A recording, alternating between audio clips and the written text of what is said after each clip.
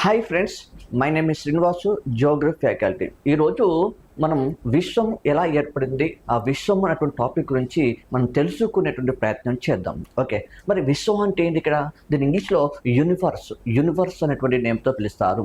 Okay, మరి విశ్వం అంటే ఏంటంటే ఇక్కడ వెరీ సింపుల్.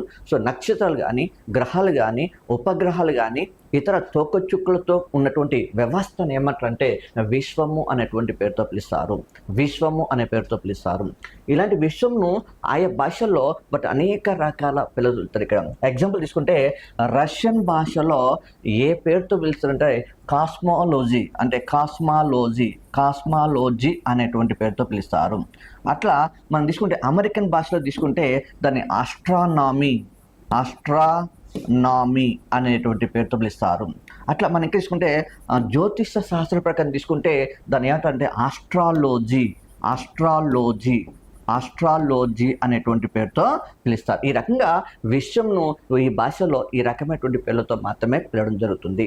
సో అయినప్పటికీ ఇలాంటి విశ్వము అని ఏర్పడిన దాని మీద అనేకమైనటువంటి సిద్ధాంతాలు బయలుదేరినాయి. ఇక్కడ అలాంటి సిద్ధాంతాల లోపల మనం కొన్ని ముఖ్యమైన తీసుకుంటూ పోతే ఒకటి వచ్చేసి ఆ సిద్ధాంతం లోపల ఒక ముఖ్యమైన సిద్ధాంతం తీసుకుంటే దాని పేరు బిగ్ బ్యాంగ్, అంటే బిగ్ బ్యాంగ్ సిద్ధాంతం చెప్తుంది. ఇక్కడ బిగ్ బ్యాంగ్ సిద్ధాంతం చెప్పచ్చు. ఇక్కడ ఈ బిగ్ బ్యాంగ్ సిద్ధాంతాన్ని మనం ఇంకేమంటారంటే మహా విస్ఫోటన సిద్ధాంతం అనే పేరుతో పిలుస్తారు.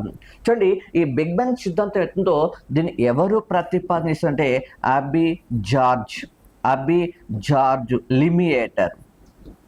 లిమియేటర్ అనేటువంటి ఒక శాస్త్రవేత్త మాత్రమే ప్రతిపాదన చేశాడు. ఇతడు ఏ దేశానికి సంబంధించిన అంటే బెల్జియం దేశానికి సంబంధించిన వ్యక్తి ఇక్కడ. కాబట్టి సో విశ్వ ఆవిర్భావ